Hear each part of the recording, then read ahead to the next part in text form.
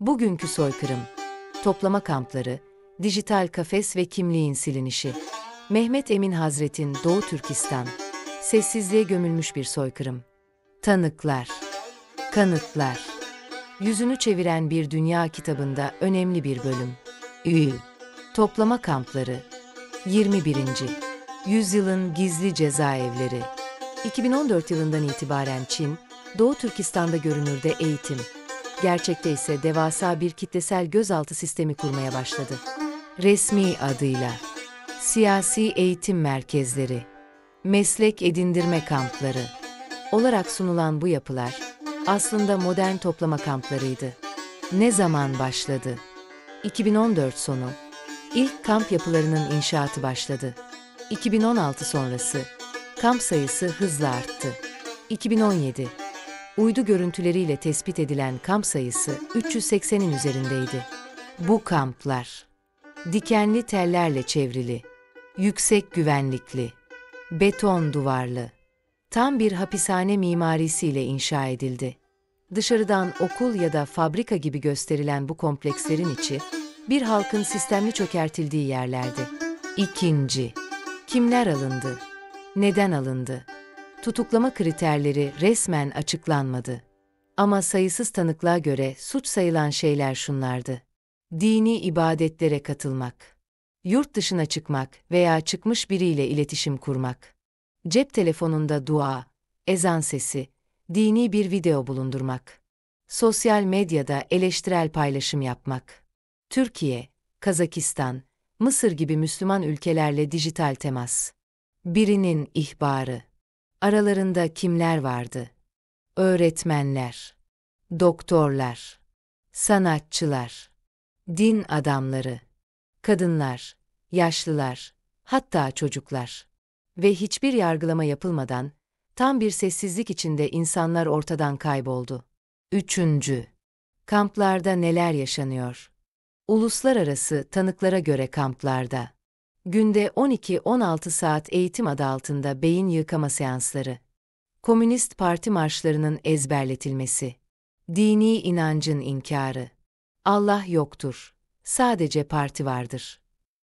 Uygur kimliğinin aşağılanması, Uygur dili, zararlı bir geçmişin kalıntısıdır. Uyku ve yemek kısıtlaması, sürekli gözetim, fiziksel işkence ve psikolojik şiddet. Bazı mahkumların intiharı veya işkenceyle ölümü. Bu kamplar, sadece bireyi değil, toplumun hafızasını da yok etmeyi amaçlıyordu. Dördüncü, uydu görüntüleri, sızan belgeler ve uluslararası kanıtlar. China Cables belgeleri, kampların iç işleyişine dair Çin hükümetine ait gizli belgeler sızdırıldı. BBC, NYT, DV, Guardian gibi medya organları, kampların uydu görüntüleriyle belgelenmiş büyümesini yayınladı.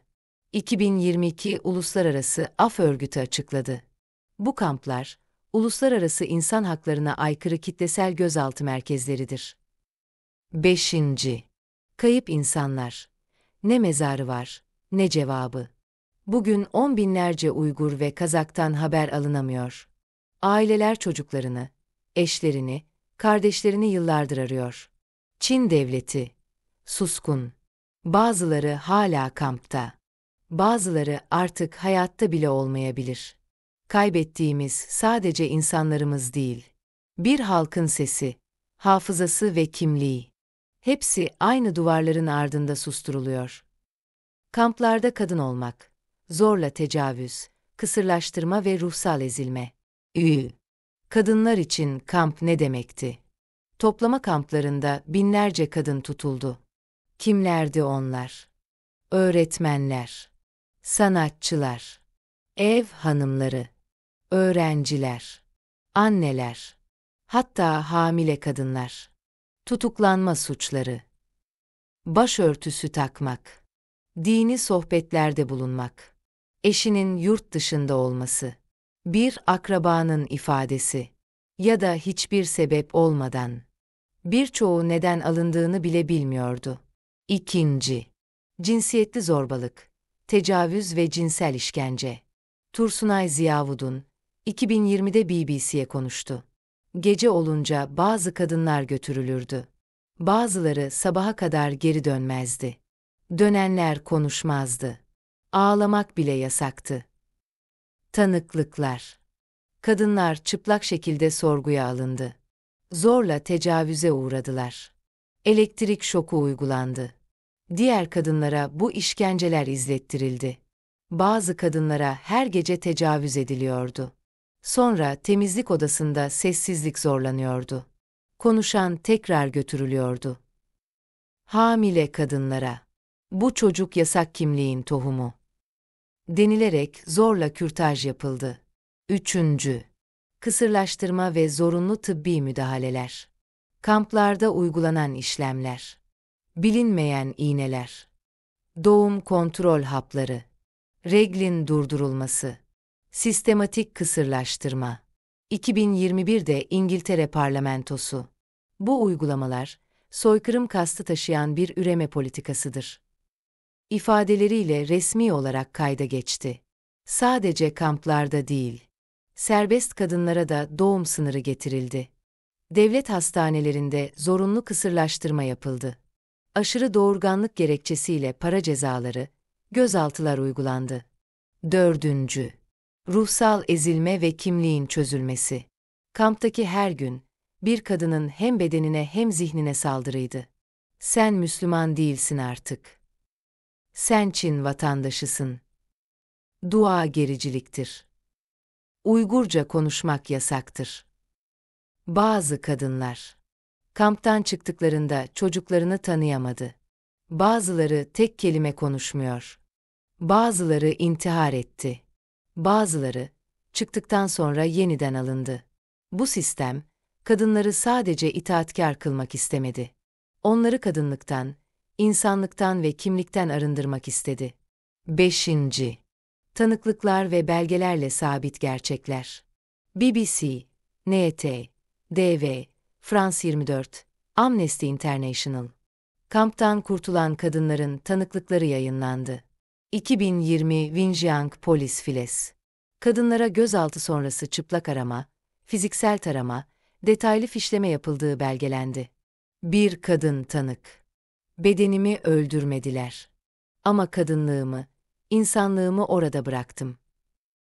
Dijital gözetim ve biyolojik soykırım, izlenen hayatlar, susturulan bedenler. Dijital kafes, her adımın izlenmesi. 1. Gözetim laboratuvarı olarak Doğu Türkistan. 2016'dan itibaren Çin, Doğu Türkistan'ı dijital gözetim teknolojilerinin test sahasına çevirdi. Amaç yalnızca bedeni değil, zihni ve davranışı da hapsedebilmekti. Bu düzeyde dijital gözetim, Çin'in başka hiçbir bölgesinde bu yoğunlukta uygulanmadı. 2. Yüz tanıma kameraları. Sokakta etnik tarama. Cami, okul, otobüs durağı, market, mahalle. Her köşeye yüz tanıma kameraları yerleştirildi. Bu sistem özellikle Uygur yüz hatlarını tanıyacak şekilde eğitildi. Kamera seni görüyor. Sistem seni tanıyor. Kimliğin, davranış geçmişin, etnik puanın ekranlara düşüyor. 3. Akıllı telefon, akıllı muhbir. Uygur halkı için telefon artık bir cihaz değil, devlet ajan. Polis zoruyla yüklenen uygulamalar. CleanNet, Wingwang. Bu yazılımlar, tüm mesajları, fotoğrafları, indirme geçmişini, uygulama hareketlerini anlık olarak güvenlik merkezlerine iletiyor. Dua, Türkçe müzik, özgürlük kelimesi içeren bir şiir bile terör şüphesi sayılabiliyor. 4. QR kodlu evler. Her evin kapısına bir QR kod yapıştırılıyor. Polisler bu kodları tarayarak kim içeride, kim dışarı çıktı, kim geldi gitti, hepsini anlık takip ediyor. 5. Sosyal puan sistemi. Davranışa ceza. Her birey için sosyal puan sistemi oluşturuluyor. Uygun davranış, puan. Dini ibadet, başörtüsü, yurt dışı teması, puan. Puan düşerse, iş bulamazsın, yolculuk yapamazsın, kamplara alınabilirsin, ailenle görüşmen bile kısıtlanabilir. 6. Her evde bir parti üyesi. Çin devleti, birçok Uygur ailesinin yanına bir han gözlemci memur yerleştiriyor. Aynı evde yaşıyor. Sofraya oturuyor. Sohbet ediyor. Ve her detayı raporluyor. Bu sadece gözetim değil, kimlik silme baskısıdır. 7. Sonuç: dijital kafes, sessiz hapishane. Uygur halkı artık kendi evinde bile yalnız değil. Her hareketi, kelimesi, duygusu analiz ediliyor. Bu sistem, güvenlik değil, bir halkı içten içe yok etmenin dijital yoludur. 2. Zorla kısırlaştırma ve genetik takip. Biyolojik soykırım. 1. Hedef: Uygur neslini sınırlamak.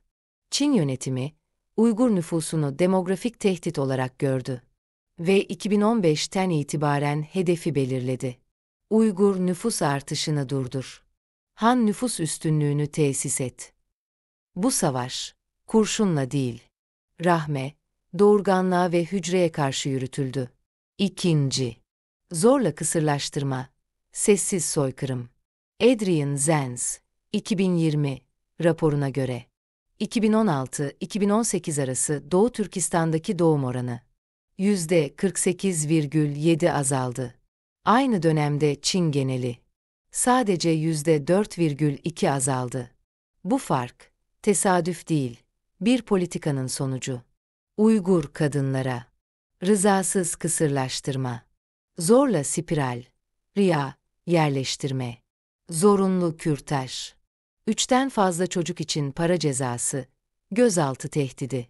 Xinjiang Health Commission belgelerine göre, 2020'ye kadar 500.000'den fazla kadın, doğrudan bu müdahalelere maruz kaldı. 3. Genetik veri toplama, etnik kodları ele geçirmek. 2016 sonrası, Çin. DNA örnekleri, parmak izi, ses kaydı, yüz haritası, kan örneği toplayarak genetik fişleme projesi başlattı. Hedef, etnik davranışları genetik düzeyde kontrol etme. Bu veriler köy kliniklerinden ve polis merkezlerinden zorla toplandı. Bazı bölgelerde çocuklardan da örnek alındı. Bu proje için Çin, Amerikan DNA şirketi Thermo Fisher Scientific'ten ekipman temin etti. 4. Etkiler: Bir nesil susturuldu. Uygur nüfusunda bazı köylerde doğum sıfırlandı. Genç kadınlar çocuk doğurmaktan korkar hale geldi. Bazıları doğurmama sözleşmesi imzalamaya zorlandı. Kamptan çıkan kadınların çoğu kısırdı.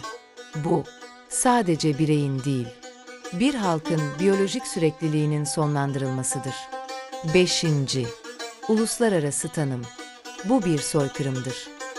Birleşmiş Milletler 1948 Soykırım Sözleşmesi. Bir grubun neslini engellemek amacıyla üreme kapasitesine müdahale, soykırımdır. Ve bu temelde, İngiltere Parlamentosu, 2021, Kanada Parlamentosu, Amerika Birleşik Devletleri Senatosu, bu uygulamaları resmen soykırım olarak tanıdı. Sonuç: modern teknolojiyle sessiz soykırım. Kamplar, bedenleri tuttu. Dijital gözetim, davranışı izledi. Kısırlaştırma, doğumu durdurdu. Genetik fişleme, nesli kontrol altına aldı. Bu, savaşsız bir savaş. Silahsız bir işgal. Ama her adımı belgelenmiş, yasal tanımıyla bir soykırım. Bizim bedenimizi değil, geleceğimizi hedef aldılar. Kamptan kurtulan bir kadın.